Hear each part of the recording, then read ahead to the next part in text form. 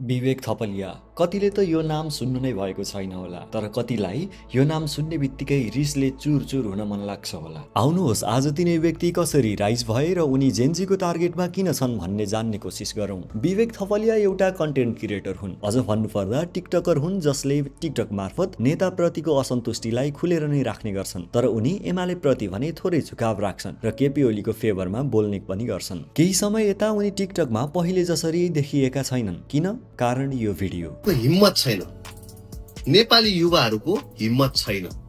सामाजिक सञ्जालमा मात्रै हो हिम्मत। म लेखेर दिन्छु। उनले जेन्जीले केही गर्न सक्दैन भन्दै बनाएको यो भिडियो निकै भाइरल भएको थियो र उनको घर जलाउनसम्म सफल भएको थियो, जुन कुरा उनले पनि स्वीकारेका छन्। जेन्जी आन्दोलनलाई अन्डर एस्टिमेट गरेको आरोपमा जेन्जीले उनको घर जलाएका थिए भने जहाँ भेट्यो त्यही मार्ने धम्कीसम्म दिएका थिए। त्यसैले पनि उनी केही समय कुनै पनि सामाजिक सञ्जालमा देखा भने परेनन् र अहिले उनी टिकटकमा फ्याट्टफुट्ट भिडियो अपलोड गर्ने गरेका छन् र खुलेर एमालेका नेता महेश बस्नेतसँग एउटै भिडियोमा पनि देखा परेका छन्। आजको लागि यति नै, छुटिन्छौँ। हवस् त, नमस्कार।